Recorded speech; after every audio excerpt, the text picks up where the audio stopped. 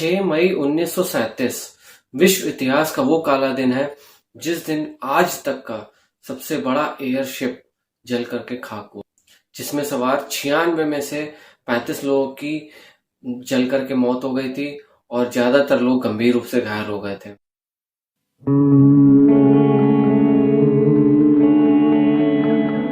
नमस्कार दोस्तों, मैं हूं सौरभ पांडे। स्वागत है आपका फैक्ट्स फॉर्म्स में। और आज हम बात करेंगे हिंडनबर्ग की। हिंडनबर्ग जो आज तक का सबसे बड़ा एयरशिप था, लगभग आज के बोइंग 747 और एयरबस A380 से भी लगभग 3 गुना बड़ा। हिंडनबर्ग के बारे में जानने से पहले चलिए हम लोग 1937 से थोड़ा सा और पीछे चलते हैं, जब जेटलाइन कंपनी, जो कि दुनिया की सबसे पहली एयरलाइन कंपनी थी, जिसके फाउंडर थे फर्डिनेंड वॉन जेटलाइन, 2 जुलाई 1900 को जेटलाइन कंपनी ने LZ-1 नाम का अपना पहला प्रोटोटाइप एयरशिप का ट्रायल किया था, जो कि सक्सेसफुल रहा था। इसमें उन्होंने हीलियम से भरे 16 एयर बैग्स अपने एयरशिप में वॉयंसी के लिए यूज किए थे। हीलियम ही क्यों? क्योंकि हीलियम हवा से हल्की होती है और ज्वलनशील नहीं होती है। हम इसको ऐसे भी समझ सकते हैं कि जैसे मेले में मिलने वाले गैस के छोटे छोटे गुब्बारे, वैसे ही इतने बड़े 16 गुब्बारों को एक बैग में भर करके उड़ा दिया जाए, और जो कि इतने बड़े हों कि यात्रियों और उनके सामान के सहित उड़ा के एक जगह से दूसरी जगह जा सके।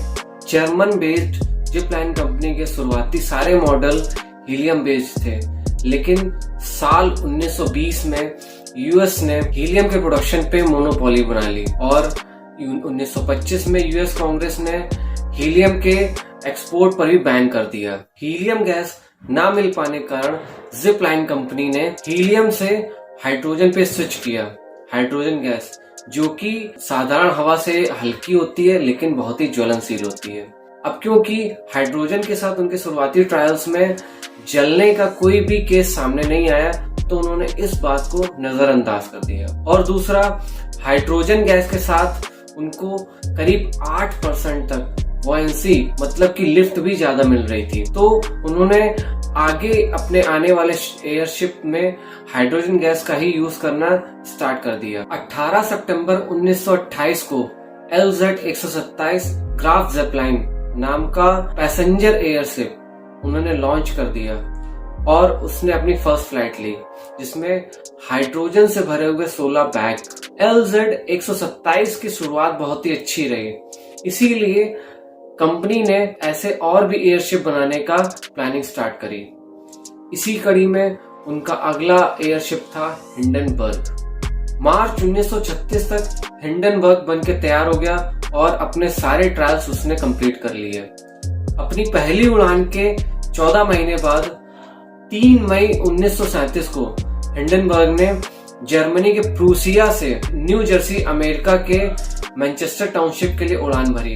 अटलांटिक ओशन पार करने वाला ये सफर 3 दिन का था, जिसमें हिंडनबर्ग में 61 क्रू मेंबर के साथ साथ 36 यात्री सवार थे, जो कि हिंडनबर्ग की पैसेंजर कैपेसिटी के लगभग आधा था। 6 मई 1937 को जब हिंडनबर्ग न्यू जर्सी पहुंचा, उस समय न्यू जर्सी का मौसम काफी खराब था, तो इस वजह से शुरुआती कुछ घंटे हिंडनबर्ग ऊपर आसमान में उड़ता रहा। जब मौसम थोड़ा ठीक हुआ, तब हिंडनबर्ग ने लैंडिंग की तैयारियां शुरू करी। उस टाइम पे आज के जैसे हवाई जहाज की लैंडिंग होती है, वैसे लैंडिंग नहीं होती थी। लैंडिंग के लिए हिंडनबर्ग से नीचे जमीन में रस्सियां फेंकी गई।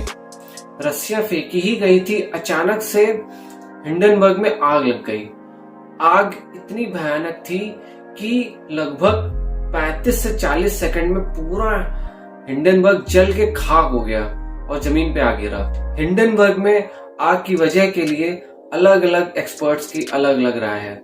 कुछ कहते हैं कि उसमें जो कपड़ा यूज किया गया था उसकी वजह से आग लगी, लेकिन कुछ का यह भी मानना है कि हिंडनबर्ग इतना बड़ा था कि अगर कपड़े की वजह से आग लगती तो कपड़ा जलने में ही करीब 4 से 5 घंटे लग जाते। लेकिन जिस स्पीड से हिंडनबर्ग जला था, उसका मेन कारण उसमें यूज हुई हाइड्रोजन गैस बताया जाता है। हालांकि हिंडनबर्ग से पहले लॉन्च किया गया LZ-127 ग्राफ ज़ेपलाइन अभी भी यूज में था और 8 सालों से सक्सेसफुली काम कर रहा था। और हिंडनबर्ग के बाद में ही LZ-130 नाम का भी एक एयरशिप प्रोडक्शन में था, लेकिन जिस तरीके से हिंडनबर्ग जला था उसकी वजह से आगे आने वाले सारे प्रोडक्शन को रोक दिया गया और LZ-127 को भी रिटायर कर दिया गया। हिंडनबर्ग एयरशिप का नाम जर्मनी के प्रेसिडेंट पॉल वॉन हिंडनबर्ग के नाम पे रखा गया, जिनकी डेथ 1934 में हो गई थी। ऐसा नहीं है कि हिंडनबर्ग से पहले कोई भी एयरशिप क्रैश नहीं हुआ था और किसी की भी जान नहीं गई थी, लेकिन हिंडनबर्ग के क्रैश के बाद में इस टाइप के एयरशिप पर बैन लग गया और इनका प्रोडक्शन पूरी तरीके से बंद कर दिया गया। क्या पता अगर हिंडनबर्ग कभी क्रैश ही ना हुआ होता तो आजकल के विमान भी हिंडनबर्ग के ही अपडेटेड रूप होते हैं। हिंडनबर्ग के क्रैश ने एयरशिप के उस तरीके के डिजाइन पर एक बहुत ही बड़ा क्वेश्चन मार्क लगा दिया। ये थी कहानी हिंडनबर्ग के अंत की। आगे इसी तरीके के वीडियोस को देखने के लिए प्लीज चैनल को सब्सक्राइब कीजिए और हमें मोटिवेट करते रहिए। मिलते हैं अगले वीडियो में, तब तक के लिए जय।